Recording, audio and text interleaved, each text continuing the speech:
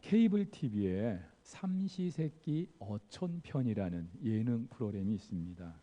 남자 배우 셋이서 육지 끝에서 배를 몇 시간 타고 들어가야 닿을 수 있는 그 외딴 섬에서 하루 세 끼 밥 해 먹는 걸 다루는 프로그램입니다. 시간 낭비, 전파 낭비라고 생각해서 예능 프로그램은 보질 않습니다. 그런데 이상하게 이 프로그램은 매력이 있어요. 무엇보다 배우 차승원 씨의 그 시원시원한 요리 솜씨도 그렇고요.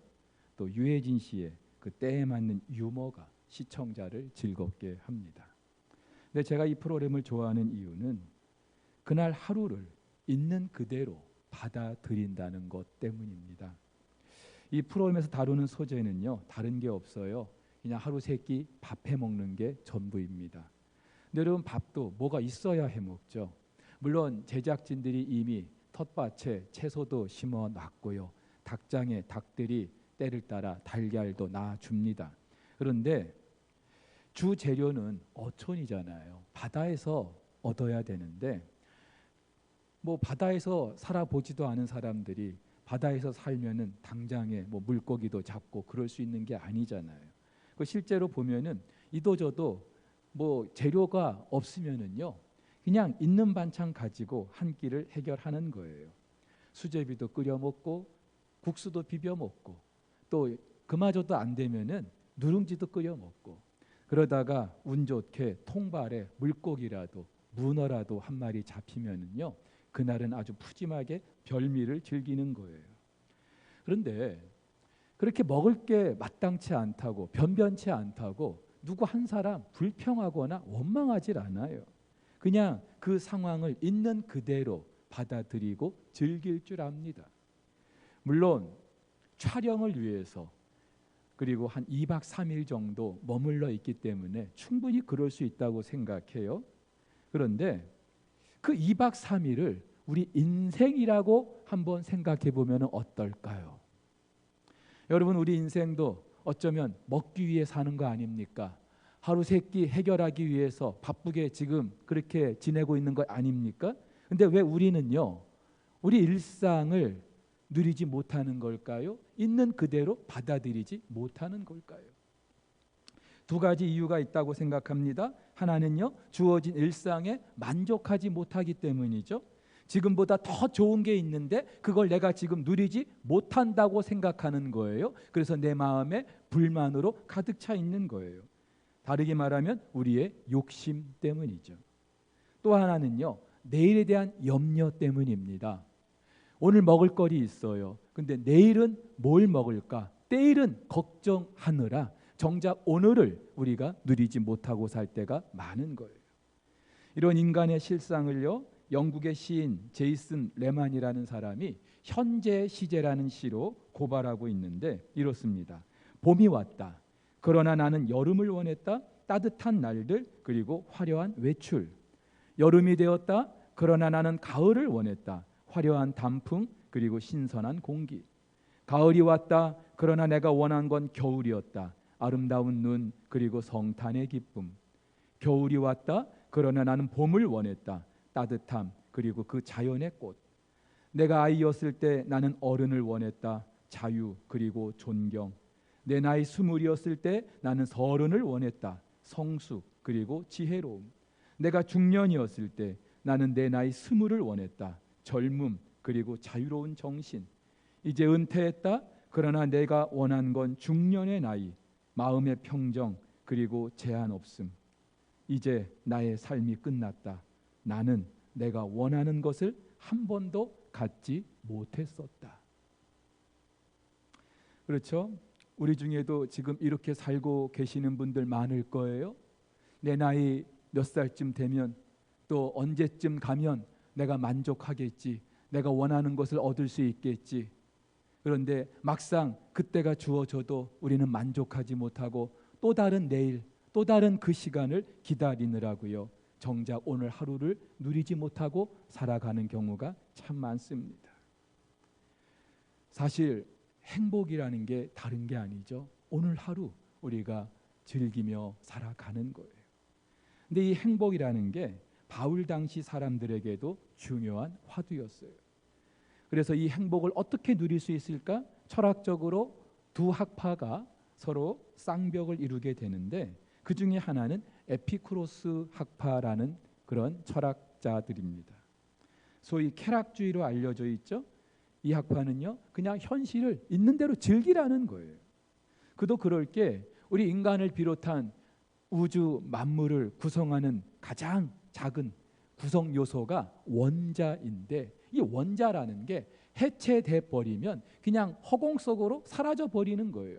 그렇기 때문에 우리 인생이 살면서 죽음이라는 것을 두려워할 필요도 없고, 오지 않은 미래를 염려할 필요도 없고, 그 미래를 알기 위해서 점장이를 찾아갈 필요도 없다고 말하고 있어요.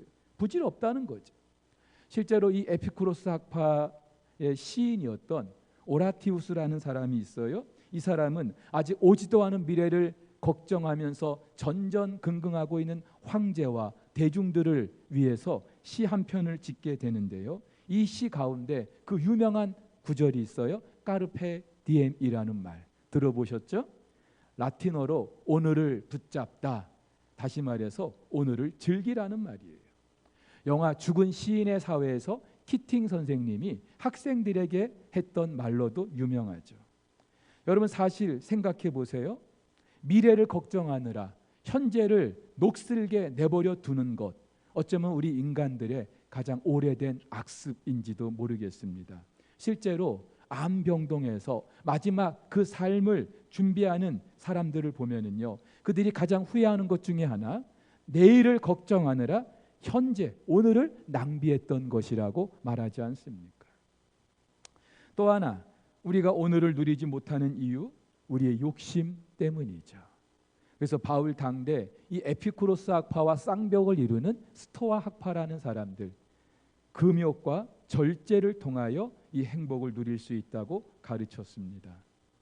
자, 그런데 여러분, 우리가 오늘이라는 하루를 누리지 못하는 그 이유, 좀 더 성경적으로 우리가 이야기하자면요, 오늘이라는 시간이 하나님의 선물이라는 걸 알지 못하기 때문입니다. 여러분, 하나님이 그 선물은요, 누릴 때 그 가치가 있고 의미가 있는 거예요. 누가 주었던 간에 그 선물을 준 사람은, 선물을 받은 사람이 그 선물을 누리기를 원합니다. 제가 지금 메고 있는 넥타이, 딸아이가 얼마 전에 선물로 주었어요. 근데 선물로 주고 나서 언제 매나 유심히 지켜봤겠죠. 매주 화상 예배를 보고 있는데 오늘은 맸을까? 만약에 제가 넥타이를 안 매고 그냥 1년, 2년을 지났다고 생각하면은 딸아이가 얼마나 실망할까요? 여러분, 우리 하나님도 마찬가지예요. 오늘 하루, 어제와 다름이 없는 기계적으로 주어진 것 같아도, 아니 오늘 하루 어쩌면 너무나 힘들고 고달프고 괴로운 하루 같아도 하나님의 선물로 주어진 줄 믿으시기를 바랍니다. 그래서 영어로 오늘, 현재라는 말, 프레젠트라고 하죠. 근데 이 프레젠트라는 말에는 선물이라는 또 다른 의미도 있어요. 오늘이 선물이라는 것이죠. 여러분, 그렇지 않습니까? 지나간 과거요, 어제요, 이미 내 손을 떠나버렸어요. 내가 누릴 수가 없어요. 오지 않은 내일, 아직 내 것 아니에요. 누릴 수가 없어요. 우리가 누릴 수 있는 것은 지금 이 시간뿐입니다. 그런데 대부분의 사람들은요, 과거에 대한 후회 때문에, 오지 않은 미래에 대한 걱정과 염려 때문에 정작 오늘이라는 시간을 누리지 못하고 그냥 지나가 버려요. 생각해 보세요. 하나님께서는 오늘 저와 여러분들에게 오늘이라는 너무나 귀한 선물을 주셨는데, 정작 우리가 그것을 누리지 못하면은요, 선물을 주신 하나님이 기뻐하실 수 있겠습니까?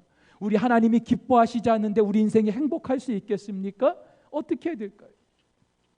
이 방법을 터득한 사람이 있어요. 사도 바울이죠. 바울은 지금 로마의 감옥에 있습니다. 그러면서 지금 빌립보서를 기록하고 있는 거예요. 옥에 갇힌 사람의 형편이 어떤지 여러분 좀 상상해 보셨습니까? 다른 건 몰라도 기쁜 일이 별로 없을 거예요. 그런데 이 빌립보서를 보면은 기뻐하라, 기뻐하라, 기뻐하라는 말이 너무나 많이 나와요. 옥에 갇힌 사람의 그 감정과 이 기쁨은요, 서로 매치가 안 되는 건데도 바울은 어떻게 그 옥 안에서도 기뻐할 수 있었을까요?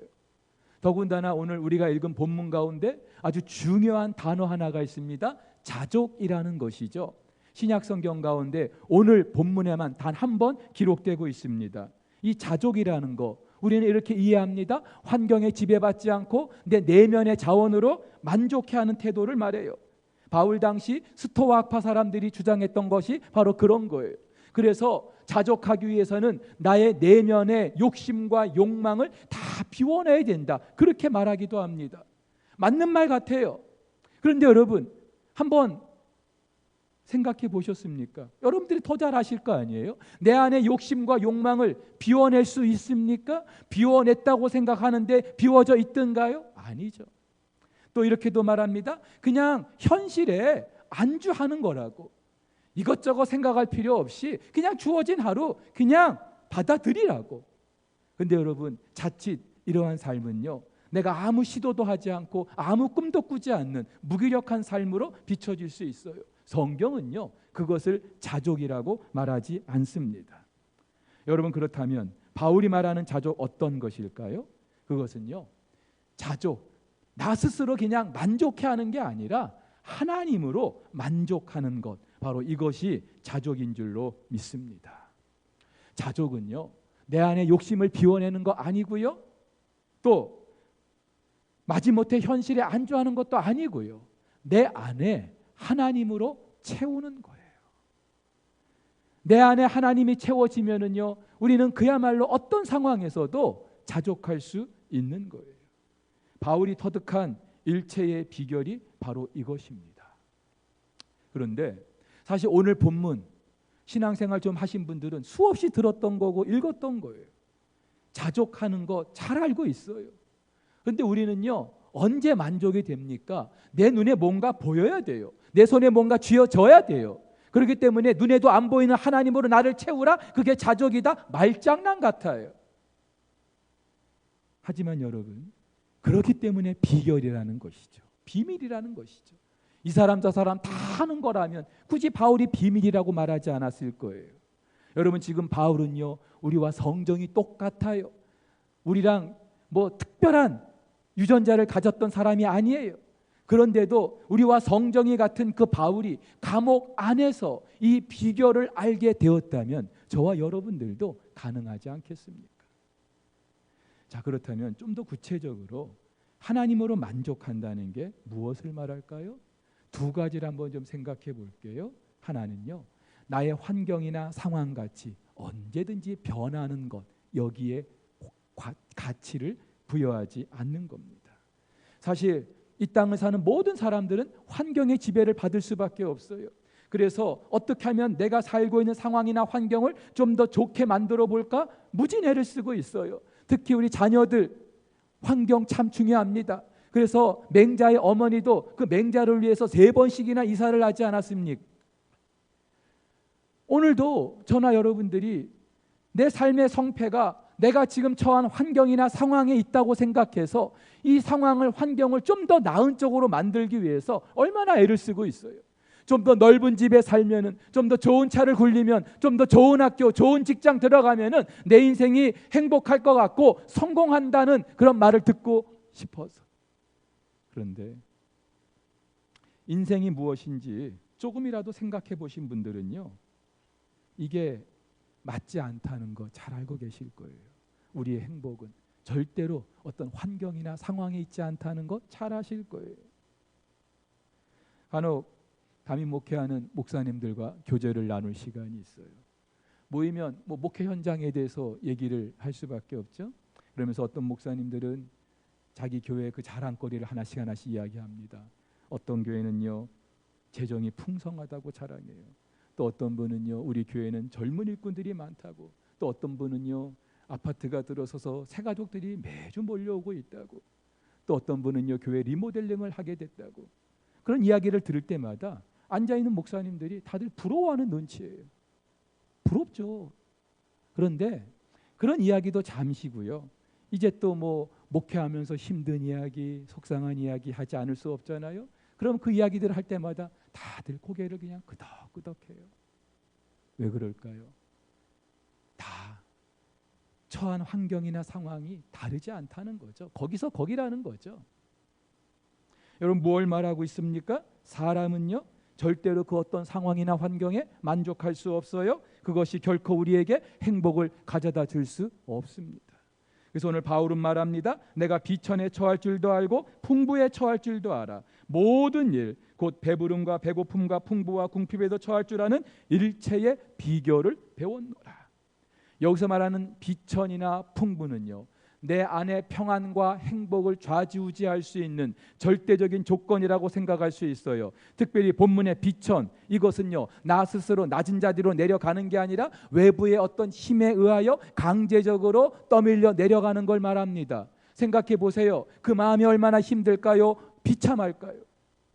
근데 바울은요 자기가 지금 그런 상황에 처해 있는데 전혀 흔들리지 않아요. 왜요? 눈에 보이는 그 누군가가 아니라 하나님께서 자기를 이런 상황에 지금 몰아넣고 계시다는 걸 알기 때문에, 그리고 그 하나님은 자기를 미워하시고 자기를 멸하시고 자기를 심판하기 위해서 그렇게 하시는 분이 아니라 자기를 포기하기 위해서 그렇게 하신 게 아니라는 걸 잘 알고 있기 때문에. 풍부도 마찬가지죠. 사람은요 좀 넉넉해지면은요 어때요? 마음이 높아져요. 교만해져요. 그리고 이만하면 됐다 만족할 줄 알죠? 아니죠. 더 많은 것, 더 높은 것, 욕심이 끝이 없어요. 여러분 한번 생각해 보세요. 내 마음이 높아져 있는데, 교만한데, 그리고 욕심으로 가득한데 행복할까요? 절대로 행복하지 않아요. 무엇보다도 비천도 그렇지만 풍부도, 내가 열심히 일해서 수고해서 내가 잘나서 그렇게 된 것 같지만 우리가 영적으로 생각해 보면은요 이 모든 건 역시 하나님이 우리에게 허락하셨기 때문에 내가 누리고 있는 거예요. 그런데 전혀 하나님을 의식하지 않고 하나님께 어떤 가치를 부여하지 않고 그저 이 주어진 상황과 환경에만 가치를 부여하고 산다면은 우리 인생이 자족할 수 있겠습니까? 돈이 그렇잖아요. 우리 중에도 돈 없으면 죽을 것처럼 생각하는 분 계실 거예요. 돈이 인생의 전부라고 생각하는 분도 계실 거예요. 그래서 인생의 가치를 돈이 있고 없느냐 여기에 두시는 분들도 계실 거예요. 근데 돈은요 있다가도 없는 거고 없다가도 있는 거예요. 무엇보다 이 돈의 주인이신 하나님께서 우리 각 사람의 필요에 따라 돈을 주기도 하시고 주지 않으시기도 해요. 그런데 그 돈의 주인이신 하나님은 아랑곳하지 않고 눈에 보이는 돈에만 가치를 두고 살아간다면 그게 과연 행복한 인생이 될 수 있겠습니까? 이 모든 걸 다 누려봤던 솔로몬 뭐라고 고백합니까? 해 아래 수고하는 모든 것이 다 헛된 것이라고, 바람을 잡는 것이라고, 증기요 안개와 같은 것이라고. 근데 우리는요 정작 이 바람 같은 것 훅 하고 불면 없어져 버리는 것, 그것에 매여 있고 거기에 절대 가치를 두고 살아가고 있어요. 여러분 지금도 한번 가슴에 손 얹고 생각해 보세요. 내가 지금 매여 있는 것이 무엇인지, 우리 자식인지, 내 남편인지, 내 직장인지, 사업인지, 과연 내가 지금 매여 있는 게 뭔지, 그래서 그거 없으면 나는 못 산다고 생각하는 게 뭔지, 만약에 그게 하나님이 아니라 다른 것이라면 우리는 절대 죽을 때까지 행복할 수 없는 거예요. 사랑하는 우리 성도 여러분, 우리가 진정한 가치를 부여해야 될 분, 우리가 정말로 붙들고 살아야 될 분, 우리의 주인이신 하나님이신 줄 믿습니다. 자, 그런데 또 하나 우리가 자족하지 못하는 이유가 있어요. 삶을 내가 한번 통제해 보려는 거죠. 그래서 자족하기 위해서는요, 삶을 내가 통제해 보려는 이런 욕심을 내려놔야 돼요. 근데 사실 저나 여러분들 중에 이런 본능적인 욕심이 없는 사람이 누가 있겠어요? 한 가정의 가장입니까? 그러면 적어도 우리 가정은요 내가 통제할 수 있어야 돼. 직장의 어떤 오너이십니까? 그러면 내 직장, 내 사업장은 내가 통제 가능한 그런 수준에 있어야 돼. 근데 내가 통제할 수 없다고 생각하는 그 순간부터 불안해지기 시작하죠. 염려가 시작되는 거예요. 여러분 CCTV가 그거 아닙니까? 현장에 있지 않지만 그러나 그 현장을 내가 통제하고 싶은 욕심에 CCTV를 설치하는 거예요. 그런데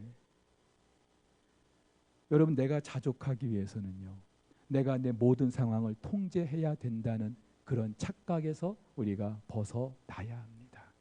왜냐하면 우리의 인생은요, 내가 통제할 수 있는 게 아니라 우리 주인이신 하나님의 손 안에 있기 때문인 줄로 믿습니다. 여러분 중에 한번 생각해 보세요. 특히 우리 어르신들, 지난 인생을 돌이켜 보니까 내가 꿈꾼 대로 됐다, 내가 계획한 대로 됐다, 우리 자녀들 내가 계획한 대로, 내가 기도한 대로 그렇게 됐다, 이렇게 생각하시는 분들 얼마나 계십니까? 거의 없어요. 그런데도 여전히 내 인생을 내가 통제해야 되고 내 가시권 안에 들어와야 되고, 그렇지 못하면은 염려와 걱정에 시달리는 그런 삶을 살고 있지 않습니까? 얼마 전에 한 기독교 잡지에서 읽은 글인데요, 우리나라 자살자의 약 40%가 40대에서 50대의 남자들이래요. 이 40대, 50대의 남자들, 한 가정의 가장이죠. 그리고 사회적으로도 어느 정도 위치에 오른 그런 사람들이에요. 그런데 보통 인생의 위기는 이런 40대, 50대에 시작됩니다.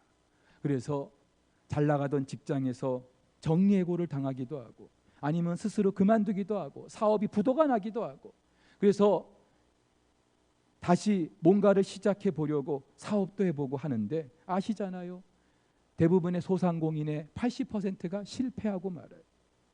그러니까 가장 높은 곳에 올랐던 사람들이 가장 낮은 곳으로 추락하는 거예요.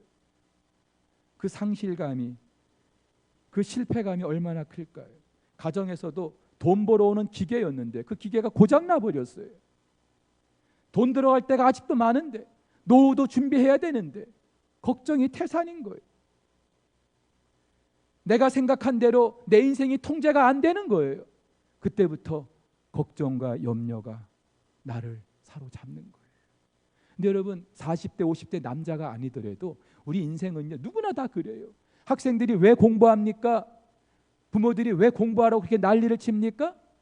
좋은 학교 들어가야, 좋은 직장 들어가야 내 인생이 뭔가 내가 원하는 대로 그렇게 그려질 수 있겠다라고 생각하기 때문이죠. 그런데 학교에 진학하는 것도 실패했어요. 취업하는 것도 실패했어요. 아, 내 인생 내 가시권 안에 들어오지 않는구나 하면서 불안해지기 시작하는 거예요. 사랑하는 우리 성도 여러분, 여기서 우리가 반드시 알아야 될 진실이 있는데요, 우리 중에 누구도, 이 세상에 누구도 아무리 돈이 많고 아무리 권력이 있고 아무리 배운 것이 많다 할지라도 자기 인생을 자기가 통제할 수 있는 사람은 아무도 없어요. 아무도 없어요. 우리 인생은요, 오직 우리 인생의 주인이신 하나님의 손 안에 있음을 믿으시기를 바랍니다. 따라서 순간순간 내가 통제하려고 하는 그런 욕심이 생길 때마다 자꾸만 우리는요, 하나님을 바라봐야 돼요. 그래서 우리 믿음의 선배들이 이렇게 노래했잖아요. 내일 일은 난 몰라요, 하루하루 살아요, 불행이나 요행함도 내 뜻대로 못해요. 내 뜻대로 되는 게 없잖아요. 물론요, 살다 보면은 거센 비를 맞을 수도 있어요. 모진 바람이 불어올 때도 있어요. 우리는 그게 싫어서, 그래서 그런 일이 없게 하려고 내 인생을 한번 그렇게 잘 갖고 보려고 하는데 안 되잖아요. 그럼 어떻게 해야 돼요? 비 내립니까? 맞아야죠. 바람이 불어요? 맞아야죠. 피해간다고 될 일이 아니에요. 그렇다고 우리가 평생 비 맞는 거 아니잖아요. 평생 바람이 몰아치는 거 아니잖아요. 이스라엘에 가면은요, 사해라는 바다가 있습니다. 이 바다는 염분이 너무 높아가지고 수영을 못해도 그 바다에 몸을 맡기면 둥둥 뜨게 돼 있어요. 그래서 어떤 분은 누워서 책을 읽기도 합니다. 근데 그런 바다라 할지라도 가장 위험한 사람이 누군지 아세요? 내가 뭔가를 해야만이 될 것처럼, 그래서 안절부절 못하는 그런 사람들, 이 사람들은요, 꼭 뒤로 넘어지기도 하고 그 짠물을 벌컥벌컥 들어 마시기도 하고. 사랑하는 우리 성도 여러분, 바울은요, 자기의 환경이나 상황에 그 어떤 가치를 부여하지 않았어요. 바울은요, 자기의 삶을 자기 스스로 통제하려고도 하지 않았어요. 왜냐하면 자기의 인생도 그렇고 자기가 살고 있는 그 환경이나 상황도 그렇고 그 모든 것의 주인이 하나님이심을 알았기 때문에. 그래서 바울은 오늘 내가 비천에 처할 줄도 알고 풍부에 처할 줄도 알아서 그 어떤 상황에 있든지 자족하는 법을 배웠다고. 그래서 내게 능력 주시는 자 안에서 내가 모든 걸 할 수 있다고 고백합니다. 우리는 이 구절을 마치 도깨비 방맹이를 가진 것처럼 금나라 뚝딱 은나라 뚝딱 그렇게 해석을 하고 있는데 아니죠. 내가 어떤 상황에 있든지 자족하는 그 법을 예수 그리스도 안에서 배웠다는 거예요. 여러분, 우리도 이거 잘 알고 있어요. 오늘 제 설교를 여러분들 중에는 이전에 많이 들어보셨어요. 그래, 자족하자. 머리로는 알고 있는데 실제 삶 속에서 이게 안 돼요. 그래서 바울은 오늘 내가 일체의 비결을 배웠다. 자족하는 법을 배웠다고 말해요. 어디서 배웠어요? 강의실에서요? 교과서에서요? 아니요. 삶 속에서 주신 말씀을 붙들고 그러한가 내 삶에 적용해보고 또 적용해보고 또 말씀을 묵상하고 그 말씀대로 살아보려고 몸부림치는 이런 과정 속에서 배웠다는 거예요. 그래서 서울 다드림교회 김병년 목사님 이렇게 말합니다. 묵상이 내 삶에 언제나 형통함을 약속하지는 않는다. 그러나 내가 어떻게 살아야 하는지를 알려주신다. 끊임없는 염려와 스트레스 속에서도 하나님의 인도를 따라 살면 자족하는 마음이 생기고 삶의 여유가 찾아온다. 말씀이 나를 살게 하는 것이다. 말씀이 나를 살게 하는 거라고요. 부끄럽지만 저도 아직 안 돼요. 잘 안 돼요. 설교는 이렇게 하면서도 저도 잘 안 돼요. 하지만 몸부림하고 있어요. 코로나 때문에 하나도 지금 예측 가능한 게 없어요. 백신이 언제 만들어질지도 모르고 이 상황이 언제까지 지속될지 알 수가 없어요. 특별히 정말로 하루하루 끼니를 해결하듯이 그렇게 살아가시는 분들은요, 너무나 힘든 시간이겠죠. 당연히 언제입니까? 이게 우리의 가장 큰 화두가 될 거예요. 근데 바울은요, 언제 내가 이 감옥에서 나갈 수 있을까? 그거 생각하느라고 오늘 주어진 하루를 허비하지 않았어요. 왜요? 오늘 하루 내가 감옥에 있어도 하나님 주신 선물이기 때문에, 선물은 누려야 하기 때문에, 오늘을 누리지 못하면 내일 내게 아무리 큰 선물을 주셔도 누릴 수가 없기 때문에. 사랑하는 우리 성도 여러분, 그거 아십니까? 우리의 삶은요, 내가 생각하는 것보다 훨씬 더 안전하다는 거. 우리는요, 뭔가 내게 주어진 것이 없고 갖춘 것이 없기 때문에 내 인생이 불안하다 이렇게 생각할지 모르겠어요. 하지만 실제로 저와 여러분들의 삶은 우리가 생각하는 것보다 훨씬 더 안전한 줄 믿습니다. 왜요? 하나님께서 내 인생의 주인 되시기 때문에. 이번 한 주간도, 아니 오늘 하루만이라도 오늘 말씀을 한번 곱씹어 보면서 그렇게 말씀으로 승리하는 저와 여러분 될 수 있기를 주의 이름으로 축복합니다.